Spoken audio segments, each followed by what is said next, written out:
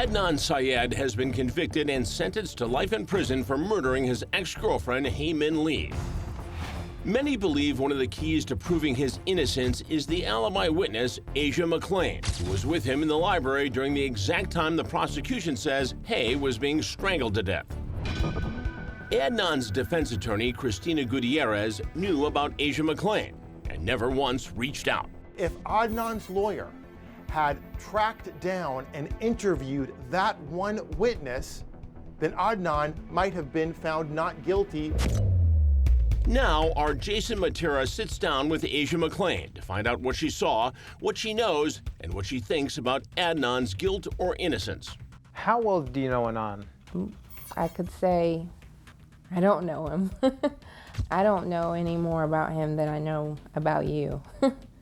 So very, very little considering we just met. Yes. What do you remember about that day? I just remember that to me it was a normal day. Asia says she got out of school early and asked her boyfriend to pick her up from the library, adjacent to Woodlawn High School. But he was late, hours late. So as I'm sitting there waiting and bored, I see Adnan come in. He comes over to the table where I'm at. He sits down across from me. We have a quick conversation, and then my boyfriend and his best friend show up, and then we say our goodbyes, and that was pretty much it.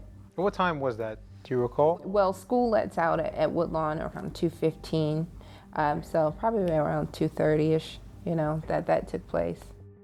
Asia says she remembers the time because if her boyfriend hadn't shown up soon, she was going to have to take the bus. So it was shortly after school let out.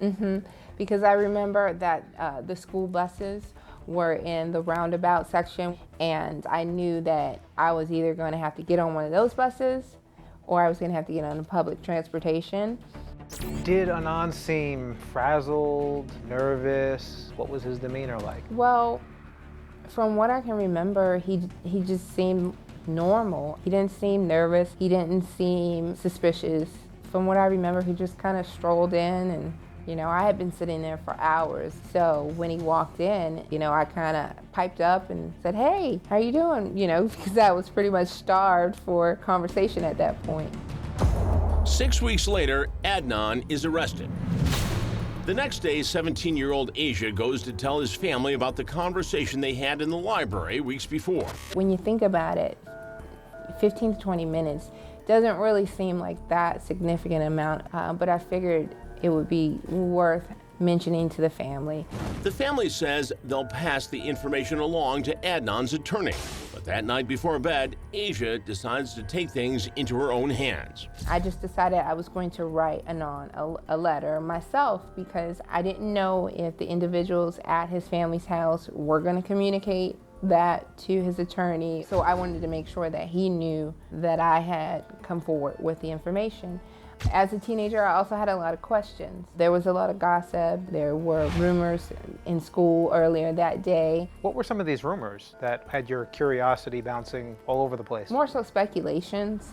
Did Adnan have scratches on his face? And how can you strangle someone and not get scratched up or not get beat up? And a lot of it was just disbelief because a lot of people that I associated with couldn't believe that he would be capable of something like that. Within hours, Asia writes a second letter. You write Adnan 2 letters. What did you say in those letters? And I wanted to know if there was a specific reason why no one had reached out to me, because 20 minutes is still 20 minutes of your day.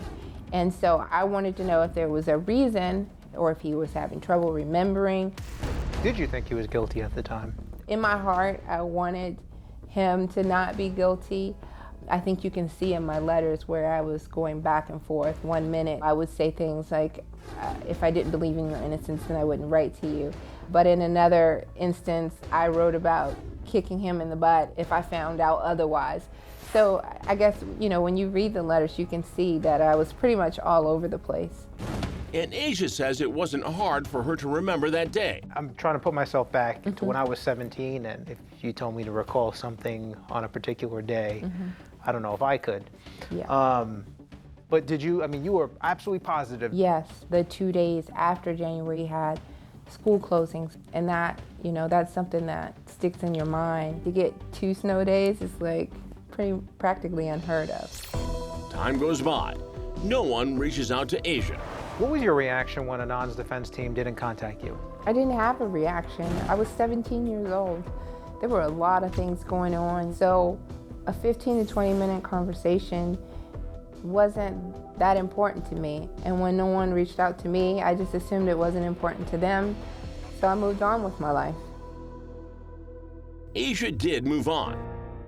Fast forward 15 years later, Adnan's story becomes the subject of the record-breaking podcast Serial, with about 100 million downloads.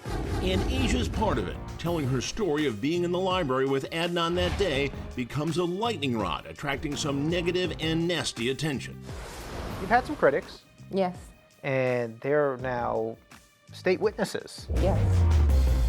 Coming up is Asia telling the truth. They are basically calling you a liar.